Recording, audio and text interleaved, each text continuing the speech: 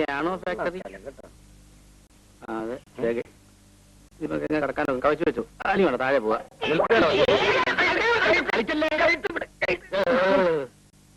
കിളവനാണെങ്കിലും നല്ല ആരോഗ്യം ഉണ്ടല്ലോ. എന്തോ ഇയാൾ പോലെ പോലീസിന് പെൻഷൻ പറ്റി വന്നതായിരിക്കും. ആഴ്ചബംഗ്ലാവിന് പെൻഷൻ പറ്റിയതായിരിക്കും. അമ്മവാ, ഞാൻ നിന്റെ അമ്മ. അല്ല പിന്നെ അച്ഛാന്ന് വിളിക്കാൻ ഒക്കുവോ?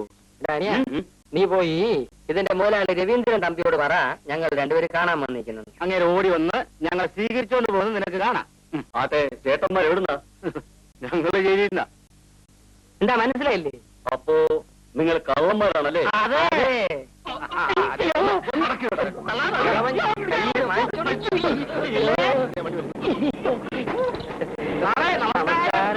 എന്തൊക്കെയുണ്ട് വിശേഷങ്ങൾ?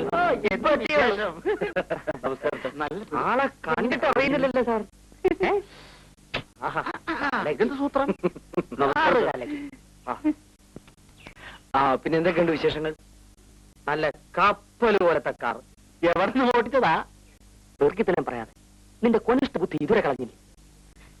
സാറ് ഞങ്ങൾക്ക് ജോലി തരാന്ന് പറഞ്ഞിട്ട് അതിനെന്താ തരാമല്ലോ. എപ്പ തരും? എപ്പോ വേണം? ഇപ്പൊ വേണം. ശരി വാ. പൊക്കടോ. ശരി. മനസ്സിലായോ ഞങ്ങൾ ആരാണെന്ന്? അയ്യോ അയ്യോ, ഇതിന്റെ സാക്ഷ്യം എവിടെ? ഇതാ തുറക്കാൻ. ഇങ്ങനെയാണല്ലേ? എന്തൊരു തണുപ്പ്.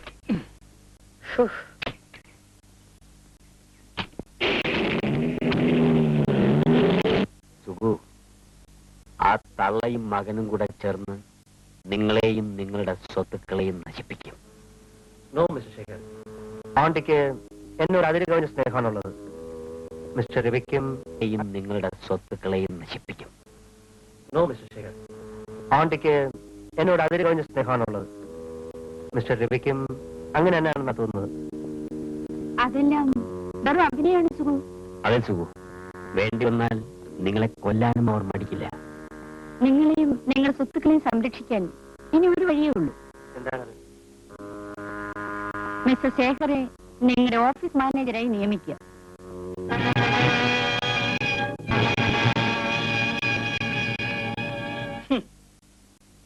എല്ലാ ഹേറ്റിക്കും ഒന്നിച്ചങ്ങനെ അച്ചടിച്ച് വെച്ചിരിക്കുക. ഫുൾ സ്റ്റോപ്പും കോമയൊന്നും ഇല്ലാതെ. അതെ സാർ. എടാ, നിന്നൊക്കെ ജോലിക്ക് വെച്ച എല്ലാവരും ചവിട്ടാൻ. ശരിയാ സാർ. ശരിയാ സാറിന്. ഇവൻ ആരണവൻ?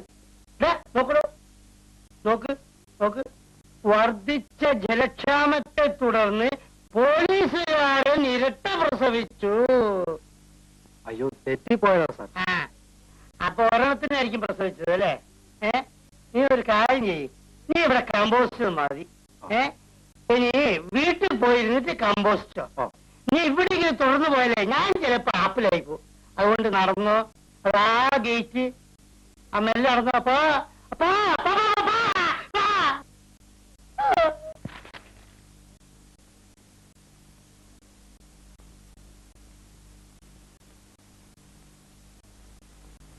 സുഖു, നിനക്കൊന്നും തോന്നരുത്. ഓഫീസിലൊന്ന് പോയിക്കൂടെ? തൊഴിലാളികളും സ്റ്റാഫുമായിട്ടൊക്കെ ഒരു ബന്ധം വേണ്ടേ?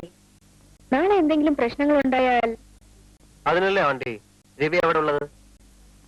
അവൻ അവിടെ ഉള്ളതാണ് എനിക്ക് ഭയം. എന്തിനാ ഭയപ്പെടുന്നത്? അവന്റെ പോക്ക് അത്ര നല്ലതല്ല. ജയിലിൽ നിന്നും വന്ന രണ്ടുപേർക്ക് അവൻ ജോലി കൊടുത്തെന്ന് കേട്ടു. ഇതൊന്നും വളരാൻ അനുവദിക്കരുത്. മിസ്റ്റർ ശേഖറെ നിങ്ങളുടെ ഓഫീസ് മാനേജരായി നിയമിക്കുക. Well, then we will do one thing, Andi. നമുക്കൊരു കാര്യം ചെയ്യാം. എന്താ? ഓഫീസ് കാര്യങ്ങൾ നോക്കി നടത്താൻ പറ്റിയ ഒരാളെ കണ്ടുപിടിക്കാം.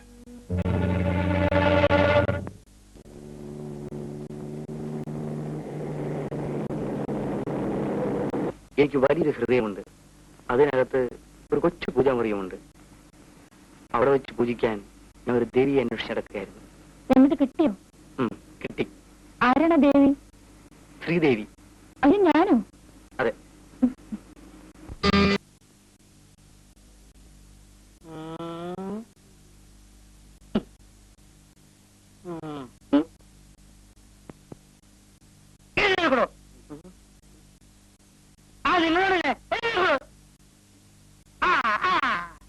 ഞാനേ ഇരുത്തി ഇന്റർവ്യൂ ചെയ്യാറില്ല, ഇതുവരെ ചെയ്തിട്ടുമില്ല. കമ്പോസിറ്റർ ജോലിക്ക് ഒരാളെ വേണമെന്നാണല്ലോ പരസ്യം ചെയ്തത്. നിങ്ങൾ രണ്ടുപേരും വന്നിരിക്കുന്നത് ഞങ്ങൾ രണ്ടുപേരും ഒന്നാണ് സാറേ. രണ്ട് ശരീരത്തിനും കൂടി ഒറ്റ ഉടൽ. ഒരു പ്രേതകഥയുടെ പ്രതീതിയുണ്ട്. വാർത്തയെല്ലാം കൊള്ളാം.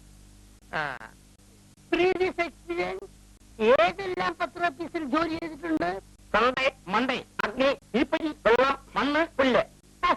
നിർത്ത്. ഏതെല്ലാം ഡിപ്പാർട്ട്മെന്റിൽ ജോലി ചെയ്തിട്ടുണ്ട്? സൺഡേയിൽ ഗ്രൈൻഡർ, മൺഡേയിൽ വൈൻഡർ, അഗ്നിയിൽ പറയട്ടാ.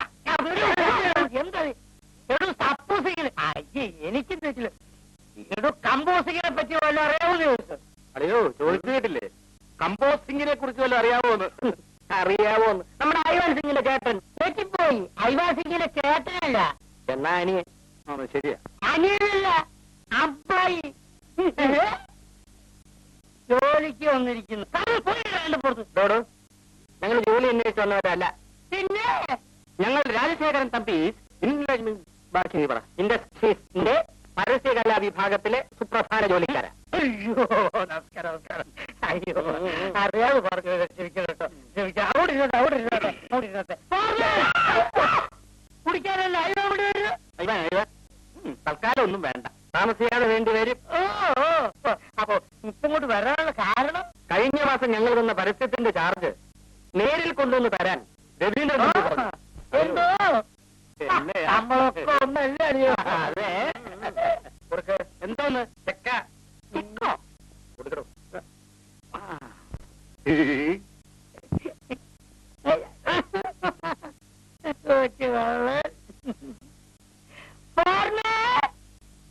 ഇവൻ വേണ്ടല്ലേ? വേണ്ട വേണ്ട വേണ്ട. നല്ല എഴുതിട്ടുള്ളൂ എഴുതിട്ടുള്ളൂ എഴുതിട്ടുള്ളൂ. ആ രണ്ടുപേരും എഴുതിട്ടുള്ളൂ എഴുതിട്ടുള്ളൂ.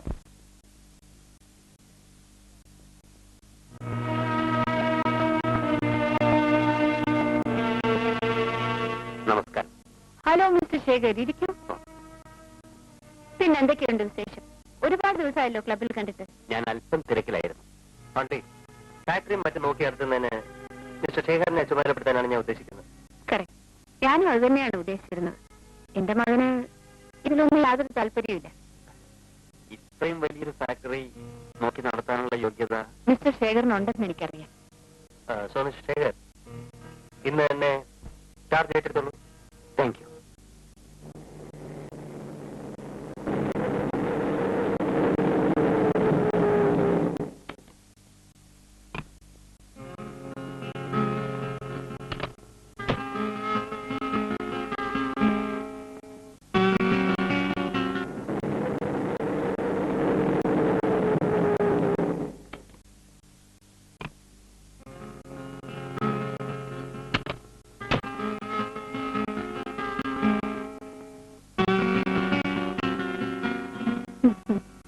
ഇതാണ് ഞാൻ അന്ന് പറഞ്ഞ കെട്ടിടം. ഇത് നമുക്ക് വളരെ ചീപ്പായിട്ട് വാങ്ങിക്കാം. ഇത് ഇടിച്ച് പുതുക്കി പണിതാൽ മേടിക്കുന്നതിന് 10 ഇരട്ടി വിലക്ക് വിൽക്കാം. ഓക്കെ, എല്ലാ സ്വപ്നയുടെ ഇഷ്ടം പോലെ നടക്കട്ടെ. വരും. സാർ, ഇത് 50,000 രൂപയുണ്ട്. ഇതെന്താണ് ചെയ്യേണ്ടത്? ഇത് എന്ത് ചെയ്യണമെന്ന് എനിക്കറിയാം. അല്ല, ഏത് കണക്കില്ല? അതൊക്കെ ഞാൻ നോക്കിക്കോളാം. താൻ പോയിക്കോ. ഓ,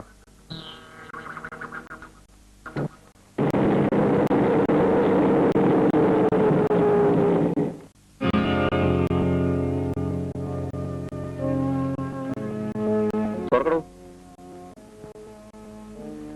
എടോ തോട്ടം, സാറ് വന്ന അകത്ത് വരരുന്ന ഓർഡർ. ആളുടെ ഓർഡർ പുതിയ മാനേജർ ശേഖർ സാറിന്റെ.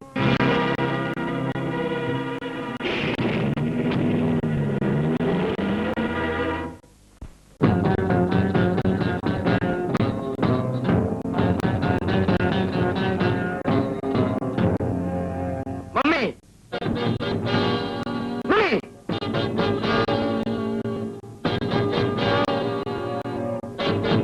എന്താ? ശേഖരനെ ഫാക്ടറിയിൽ കയറ്റിയതാണ്. അതിന് അവകാശപ്പെട്ടവർ സുഖു ആ പെണ്ണിന്റെയും ശേഖരനെയും കൈപ്പാവയായി മാറിയിരിക്കുകയാണ്. അവരെല്ലാം ചേർന്ന് ഫാക്ടറി സ്വത്തുക്കൾ എല്ലാം നശിപ്പിക്കും. ഇല്ല. നീ അത് നശിപ്പിക്കരുതെന്ന് കരുതിയാണ് ഞാൻ എല്ലാം ശേഖരനെ ഏൽപ്പിച്ചത്.